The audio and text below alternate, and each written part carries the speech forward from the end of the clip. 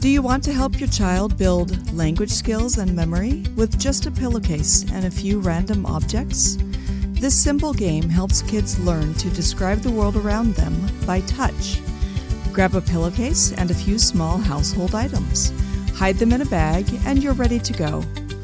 Invite your child to reach in without peeking. Ask questions like, what does it feel like? Is it soft, hard, bumpy? Let them describe the item before they pull it out. You're helping your child build descriptive language, strengthen working memory, and connect sensory experiences to words. There's a lot of brain growth packed into a simple game. Want to level it up? Have your child describe an item without reaching into the bag. Then describe it so you can guess and pull it out. It builds confidence and shows them that their words have power.